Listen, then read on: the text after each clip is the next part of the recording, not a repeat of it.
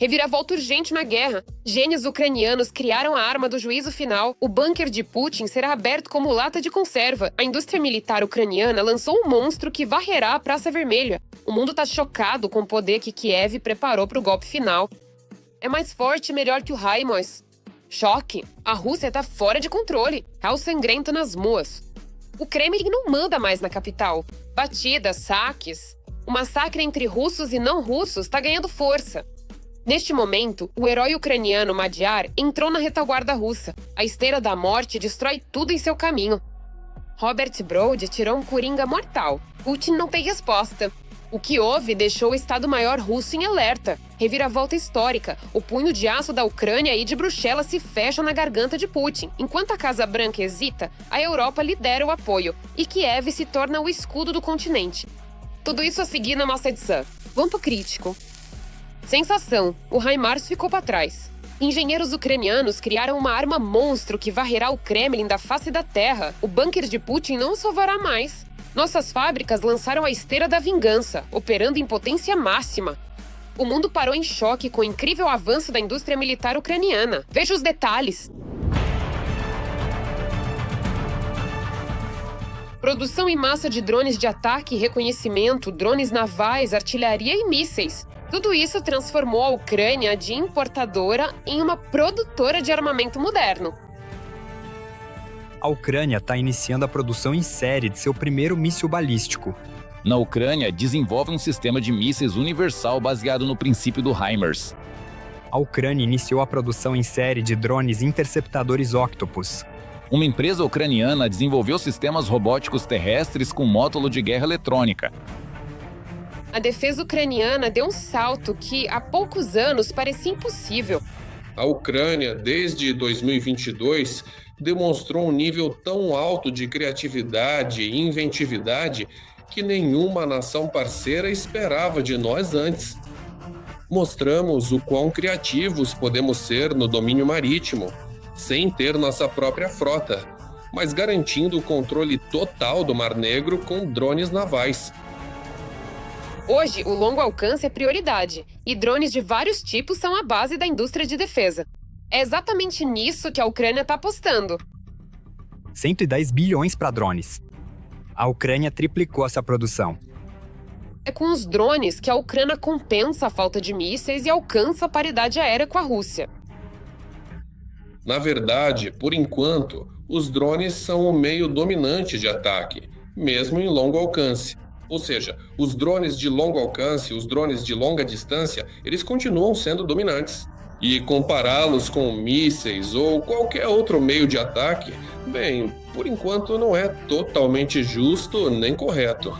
Assim que iniciarmos a produção em massa de armamento de mísseis, com certeza a situação mudará. E esta é a mudança fundamental da guerra. A Rússia não tem mais o monopólio tecnológico, nem mesmo no ar. E, novamente, não devemos esquecer do mar, que a Ucrânia pode controlar mesmo sem uma frota. E tudo graças aos sistemas navais não tripulados. O uso do Magura causou à frota russa mais de 500 milhões de dólares, em perdas, segundo estimativas da inteligência ucraniana. Junto com outras plataformas, como o Sea Baby, isso dificultou sistematicamente a presença e a base do inimigo no Mar Negro. Em 20 de dezembro de 2025, Ucrânia e Portugal assinaram uma declaração conjunta de parceria na produção de drones navais. E esta é outra mudança muito importante. Hoje, os parceiros não apenas entregam armas, mas participam de produções conjuntas. Ucrânia e Portugal concordaram com a produção conjunta de drones navais. A maior empresa de defesa da República Tcheca lança produção de munição na Ucrânia. Ucrânia e Grã-Bretanha lançaram produção de drones interceptadores para combater os Shaeds. Mas voltemos ao longo alcance. Drones não são o único argumento nesta questão. Uma direção separada é o programa de mísseis. Trata-se, claro, do bem conhecido Netuno, que após modernização de um complexo antinavio que afundou o cruzador Mosca, tornou-se um míssil de longo alcance para alvos terrestres. Esta foi, eu acho, uma daquelas apresentações que esperávamos há tanto tempo. O Netuno de longo alcance. Afinal, é um míssil de alta tecnologia, usado de forma pontual e precisa. Mas o arsenal de mísseis da Ucrânia é muito mais amplo e, como disse o presidente ucraniano em dezembro de 25, está sendo usado ativamente. Serei franco, a Ucrânia hoje já utiliza mísseis de cruzeiro. Netunos longos, Palyanitsia, Flamingo e também o Sapsan. Para ser honesto, como são? Este é o braço longo da Ucrânia. Fala-se pouco sobre tais sistemas, mas sua presença muda os cálculos do inimigo. Menos publicidade, mais resultados. Há resultados também na produção de morteiros e artilharia. Mas não se trata apenas de munição. A Ucrânia produz hoje mais unidades de artilharia autopropulsada 2S-22 Bordana por ano do que a empresa francesa Nexter, que produz o César. Estas são algumas das primeiras unidades de artilharia autopropulsada sobre rodas que recebemos de nossos parceiros em 2022. O César? Basicamente, a Ucrânia produziu no ano passado mais unidades de artilharia autopropulsada sobre rodas do que o resto do mundo em um ano. Não apenas a França, mas o mundo inteiro. E o complexo industrial militar ucraniano não pretende parar ou sequer desacelerar. Por isso, a Ucrânia, junto com seus parceiros, continuará desenvolvendo projetos de defesa. Ucrânia e Polônia estão modernizando juntas os MiG-29, que serão entregues pelo lado polonês. Linha de drones, defesa aérea e aviação. A Ucrânia está aprofundando a cooperação de defesa com os Países Baixos. A França anunciou o aprofundamento da cooperação com a Ucrânia na área de drones.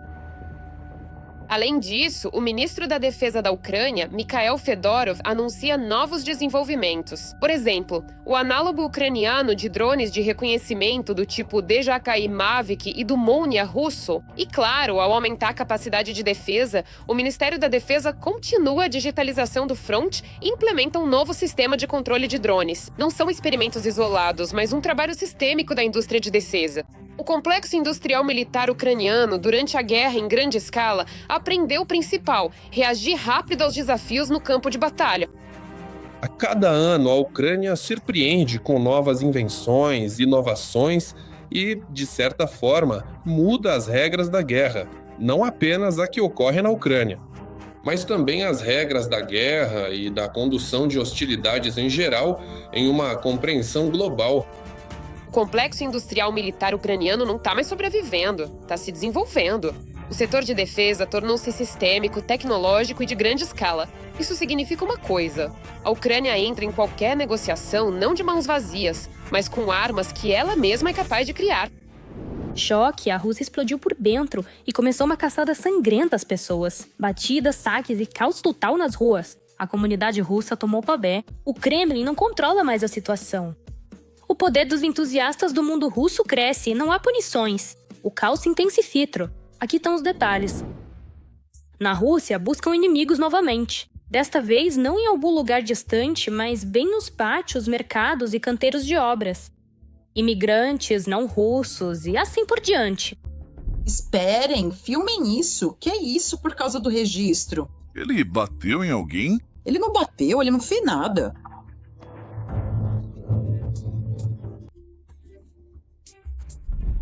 Vídeos de batidas policiais e confrontos de rua aparecem na internet, quase todos os dias. As coisas na Rússia estão indo de mal a pior, o que significa que precisam encontrar culpados. Os primeiros culpados são, consequentemente, a Ucrânia, a Europa, a OTAN e todos os outros que atacam a Rússia. Mas nós sabemos, todos eles atacaram a Rússia aqui, e agora a Rússia está lutando contra eles. Mas ainda assim, isso não é suficiente, e precisamos encontrar mais alguns inimigos internos. Existem, claro, inimigos internos, toda a oposição liberal, agentes estrangeiros e tal, mas a maioria já partiu. Os ativistas sociais desempenham um papel especial em tudo isso.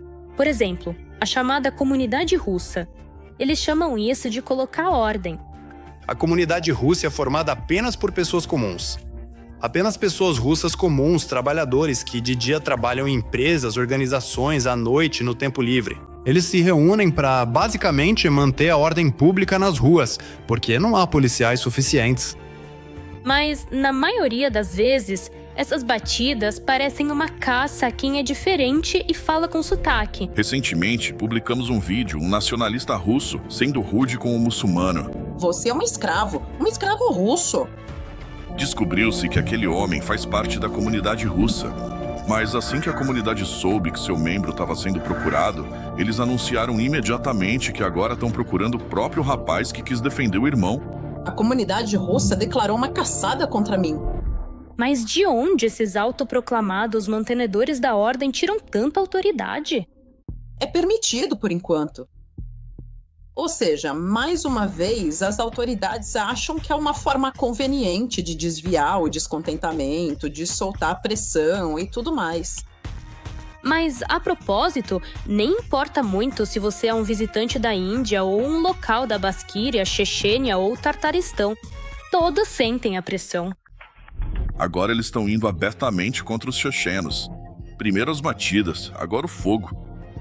O café Cozinha Chechena 95 em Rameskoia foi totalmente queimado. No vídeo, o momento do incêndio criminoso. Os donos dizem abertamente: isso é obra da comunidade russa, daqueles que há muito tempo pressionam os muçulmanos. Isso é, sabe, algo subconsciente, sim. O medo de pessoas diferentes, de pessoas que não são como eles. A questão é que vivemos, supostamente, no século XXI, em uma era esclarecida. E quando acontecem coisas que, bem, acabaram pelo menos no século XX ou até antes, o que isso nos diz? Isso nos diz que a Rússia de hoje regrediu para uma profunda, eu diria até, em parte, Idade Média.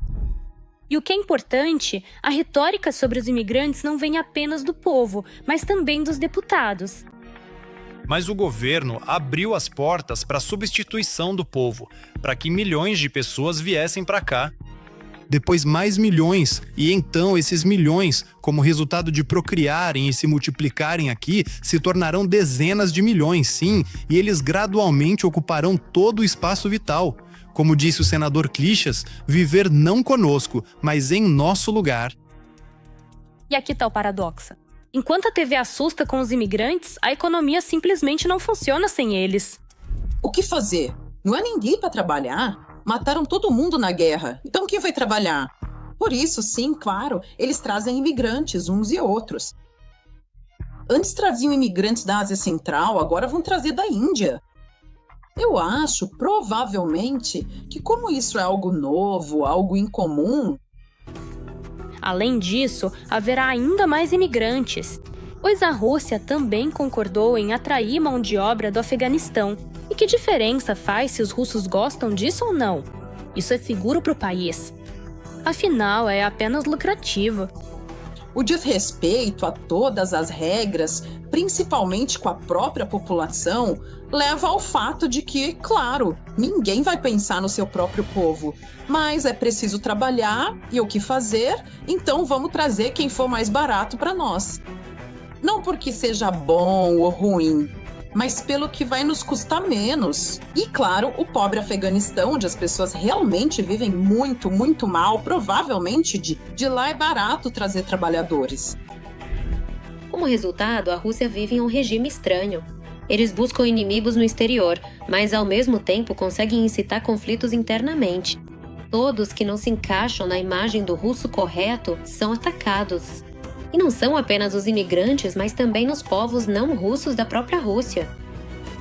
Esse descaso com a própria população, esse descaso com as leis, colocar as pessoas umas contra as outras, vai acabar muito, muito mal para o atual governo. Bem, e você sabe, o que é ruim para o atual governo provavelmente é algo bom. A ira de Madiar caiu sobre o Kremlin, o pesadelo dos ocupantes virou realidade. Robert Brovd lançou a esteira da morte na retaguarda russa. O maior trunfo da Ucrânia, caça, a vingança de Madiar não tem fim. O que foi atingido deixou toda a Rússia em alerta. Detalhes na reportagem. A caça não para. As forças armadas da Ucrânia não dão descanso aos soldados de Putin. As forças de sistemas não tripulados, junto com outras unidades das forças de defesa, transformaram o uso de drones em uma linha de produção diária para destruir os recursos do inimigo. As forças de sistemas não tripulados são, de certa forma, uma unidade revolucionária, um ramo militar revolucionário, que, exceto talvez na Federação Russa em níveis iniciais ou na China, praticamente não existem em outros países. É um ramo militar único que define tendências e acredito que servirá de exemplo no futuro para os principais exércitos do mundo, como o dos Estados Unidos, os da OTAN e outros. Somente nos primeiros 20 dias de abril, as unidades desativaram 18 instalações de defesa aérea do inimigo nos territórios temporariamente ocupados. Os alvos mais recentes foram as estações de radar do sistema S-350 Vityas e o sistema de mísseis antiaéreos Tor M2 km.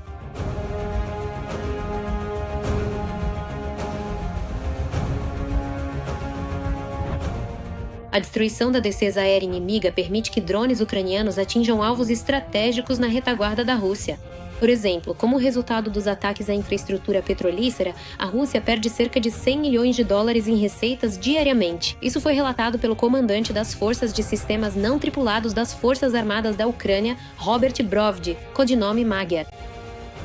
Na verdade, $1 milhão, 10 milhões de dólares, centenas de milhões de dólares, todas essas perdas são importantes. Elas não abastecem o orçamento russo, não vão para a compra de novas armas ou de algum equipamento novo. Elas simplesmente não entram no orçamento para que ele seja preenchido para sustentar a guerra contra a Ucrânia. Ou seja, as possibilidades da Rússia de expandir as compras e o apoio financeiro para a guerra ficam limitadas. Brovdi tornou-se um dos símbolos da transformação tecnológica das Forças Armadas da Ucrânia. Sob sua liderança, foi implementado o conceito em que nenhum equipamento inimigo pode se aproximar das posições ucranianas sem ser notado. A combinação de reconhecimento visual no céu e destruição instantânea por drones FPV mudou radicalmente a tática de defesa. As próprias forças de sistemas não tripulados e as unidades que estão diretamente envolvidas nessa área garantem a destruição do inimigo, a contenção do inimigo, operações ofensivas e de reconhecimento, sendo hoje as mais eficazes em uma série de indicadores. O inimigo não consegue se adaptar a tempo às nossas táticas em constante mudança. Brovdi começou o serviço como voluntário. Criou uma unidade de reconhecimento aéreo que cresceu de um pelotão para uma estrutura poderosa. Desde 2025, ele foi nomeado comandante das Forças de Sistemas Não Tripulados, que se tornaram a inteligência digital do exército ucraniano. Graças aos seus desenvolvimentos, a Ucrânia lidera a corrida mundial de tecnologias de defesa, transformando o campo de batalha em um espaço de sistemas robotizados. Segundo estimativas do presidente ucraniano, a linha de frente no momento está praticamente no mesmo nível de um ano atrás. E isso é muito revelador, considerando as sérias questões de falta de pessoal nas forças de defesa da Ucrânia. Ou seja, foram justamente os sistemas não tripulados na linha de frente que permitiram às forças de defesa da Ucrânia realizar uma defesa ativa eficaz. Além disso, foram os sistemas não tripulados que criaram as condições para as contraofensivas ucranianas bem-sucedidas. As forças de sistemas não tripulados fizeram o que antes parecia impossível. Elas eliminaram completamente o conceito de retaguarda segura para os ocupantes. Hoje, as forças de sistemas não tripulados garantem não apenas ao longo da linha de combate, no céu baixo, mas também o controle de locais específicos em trechos da frente onde ocorrem operações ofensivas do inimigo, mas estamos alcançando o controle mais profundo na zona de retaguarda próxima. Controle da logística do inimigo, destruição da logística do inimigo. Superamos 50, 60 quilômetros. Não ficamos parados apenas na própria linha de contato, sem sair dos limites da zona de abate, mas avançamos muito mais fundo. Até os porta-vozes do Kremlin não conseguem mais esconder a realidade. Propagandistas russas admitem cada vez mais a impotência de seu exército diante do avanço tecnológico ucraniano e das novas táticas das Forças Armadas da Ucrânia.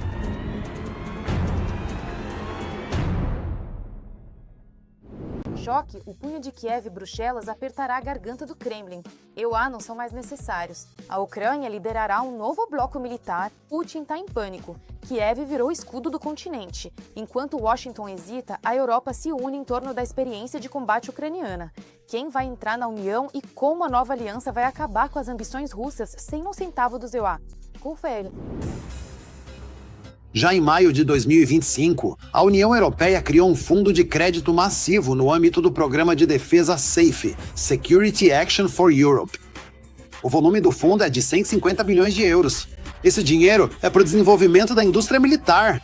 Na Europa já entenderam que a OTAN não funciona e é preciso criar sua própria união de defesa. E nessa questão, não dá para ficar sem a Ucrânia. Nós somos a fortificação de toda a Europa. Uma união que pode ser muito mais forte. Sinceramente, eu acredito. É uma união de países como Noruega, Ucrânia, Grã-Bretanha e Turquia. São 4 países que fazem falta para a União Europeia. Aqui. Porque Turquia e Ucrânia juntas têm um exército mais forte que o russo. A nova aliança militar entre Ucrânia e Europa agora é questão de pouco tempo. A guerra na Ucrânia, o desejo de Trump de sair da OTAN e os sucessos do exército ucraniano no fronte. Todos esses fatores dizem uma coisa: os países europeus precisam se proteger, e sem a Ucrânia isso é impossível. A Europa possui um potencial industrial e científico incomparável ao da Rússia. E se considerarmos a União Europeia como um todo e os países que não estão na União Europeia, mas que também fazem parte da esfera de segurança europeia, a OTAN e outras organizações, ou seja, Noruega, Grã-Bretanha, que não estão na União Europeia, mas estão na OTAN, ou a Ucrânia, que não está em nenhuma das duas, mas é o exército terrestre mais forte do continente, é óbvio que esse potencial, no mínimo, não é inferior ao americano, especialmente se olharmos por uma perspectiva de longo prazo. Até 2030, a Rússia planeja aumentar seu exército para 2,5 milhões de soldados. Por isso, a Europa precisa tomar medidas agora para preservar sua independência. Mesmo no campo da informação, o Kremlin tenta aumentar a tensão e preparar sua população para uma guerra ainda maior, não apenas na Ucrânia. Na tentativa de impulsionar a produção militar, os burocratas europeus estão endividando os países da União e praticando roubo descarado, esperando assim acelerar uma economia que perde fôlego. No futuro, o equipamento militar acumulado, usado sem propósito em exercícios e gerando apenas gastos extras para seus países, criará a necessidade de recuperar os fundos investidos, o que, previsivelmente, provocará novas guerras de conquista. Atualmente, na União Europeia, prevalece a opinião de criar uma nova união de defesa após o fim da guerra na Ucrânia. No entanto, novas ameaças vindas de Moscou, digamos, contra os países bálticos, podem acelerar significativamente a percepção dos europeus de que não vale a pena perder tempo. Na verdade, o que está acontecendo é uma percepção gradual dos europeus sobre a gravidade dos problemas e a tentativa de entender que apenas esperar que a Ucrânia contenha a Rússia a ponto de ela parar de lutar, bem, isso também não funcionou. Portanto, a Ucrânia agora é necessária em outra função, não apenas como um campo onde se pode esgotar a Federação Russa, mas também como uma aliada militar. Atualmente, uma das principais tarefas tanto da Ucrânia quanto da Europa é ter o céu protegido. As Forças Armadas da Ucrânia têm conseguido combater os ataques de drones russos com bastante sucesso. Outra questão são os mísseis balísticos. Há uma falta catastrófica de mísseis para os sistemas Patriot. E parece que a indústria de defesa ucraniana poderá resolver esse problema em um futuro próximo. Precisamos criar nosso próprio sistema antibalístico dentro de 1 ano. Isso é realista, embora muito difícil, mas a questão está nos componentes. Já resolvemos praticamente um dos componentes. É a questão dos radares e também a questão dos próprios mísseis. A criação de uma aliança de defesa sem os Estados Unidos é a solução para muitos problemas. A economia da União Europeia, somada à tecnologia militar da Ucrânia, é a chave para o sucesso. Uma aliança de defesa entre os países europeus e a Ucrânia mostrará ao mundo que é possível se defender com sucesso da agressão, mesmo sem os Estados Unidos e a chantagem constante de Trump e seus sucessores. O cavalo de Troia do Kremlin no Parlamento Europeu. Radev cancelou o curso ocidental da Bulgária e negocia acordo com Moscou. A reviravolta geopolítica em Sófia. As eleições antecipadas chocaram Bruxelas. Sófia estaria virando uma nova Hungria e se preparando para bloquear sanções e ajuda militar à Ucrânia? Confere. A paz europeia enfrenta novamente um desafio interno.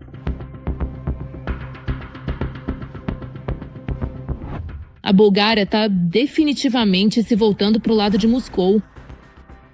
existe uma possibilidade real de formação de uma coalizão que certamente não será para a Ucrânia. Nas eleições parlamentares, a vitória foi da força política Bulgária Progressista, ligada a Rumen Radev, um político que critica as políticas da União Europeia e defende a retomada do diálogo com a Federação Russa. A Europa não tem uma visão própria para acabar com a guerra na Ucrânia e estabelecer a paz, e continua investindo em uma causa perdida com uma esperança utópica. Rumen Radev, líder do partido Bulgária Progressista. E embora formalmente Sófia não renuncie ao curso europeu, as prioridades começam a mudar. Já não se trata de um apoio incondicional aos aliados, mas do chamado pragmatismo, que nas condições atuais significa cada vez mais uma tentativa de equilíbrio entre a União Europeia e o Kremlin. Será que o novo governo búlgaro seguirá o modelo de Orbán? Obviamente não, mas, por outro lado, certamente pode criar alguns problemas. Segundo especialistas, Sófia não irá bloquear abertamente as principais decisões da União Europeia. No entanto, este governo já não pode ser chamado de pró-Ucrânia, o que significa que qualquer acordo de sanções à ajuda financeira corre o risco de se tornar mais difícil, demorado e politicamente doloroso. Com certeza, pode criar. Com certeza eles podem nos criar problemas financeiros. Com certeza podem nos criar histórias políticas. Algumas coisas, como as sanções, serão mais difíceis de acordar, mas é improvável que os búlgaros cheguem a prejudicar a aprovação de um empréstimo para nós que é tão necessário. Os búlgaros também podem, através das ações do novo governo, nos criar problemas na área das comunidades nacionais.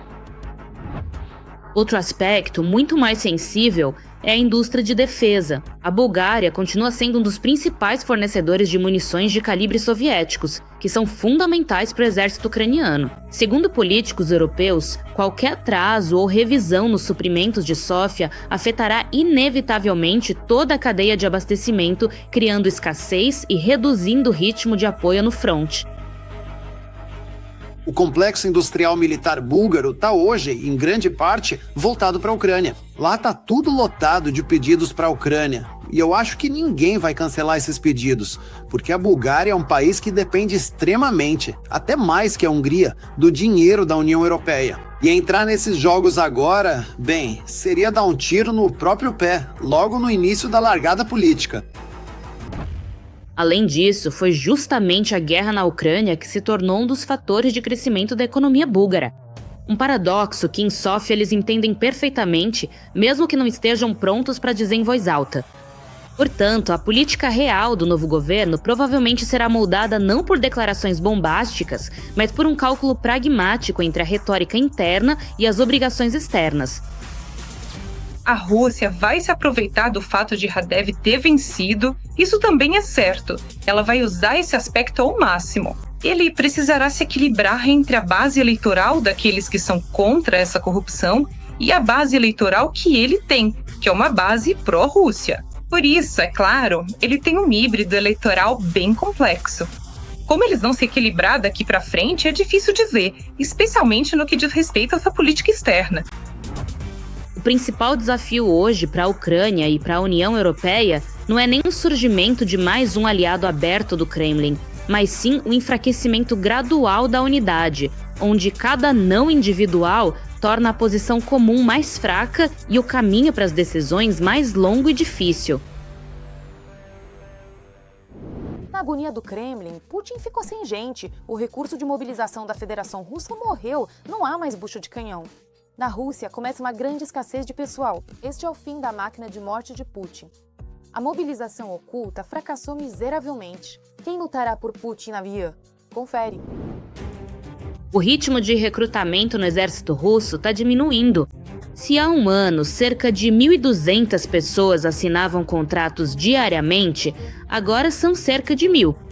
Pode parecer que a diferença não é crítica, mas especialistas dizem que já é uma tendência sistêmica, e ela indica o principal: o recurso que sustenta a guerra está se esgotando gradualmente. O analista Vadim Benizenko afirma: há menos pessoas dispostas a morrer e a tendência a piorar. No fronte, as forças de defesa da Ucrânia cuja proporção em relação ao exército de ocupação russo é incomparável em termos de potencial, em sua operação de defesa estratégica, apostam principalmente na destruição da força viva do inimigo. A ideia principal é que, se o número de ocupantes russos eliminados em combate ultrapassar a capacidade que a máquina de mobilização russa tem atualmente para repor as perdas humanas e ainda conseguir formar reservas estratégicas para o exército, o potencial ofensivo do exército inimigo, ou seja, das forças russas, vai assim gradualmente murchar e enfraquecer. Isso acontece porque, sem reposição adequada e reservas suficientes, a capacidade de ataque e de manter operações ofensivas fica seriamente comprometida. Como resultado, o Kremlin tenta agir com mais cautela. Há cerca de 6 meses, a Rússia vem testando a chamada mobilização oculta.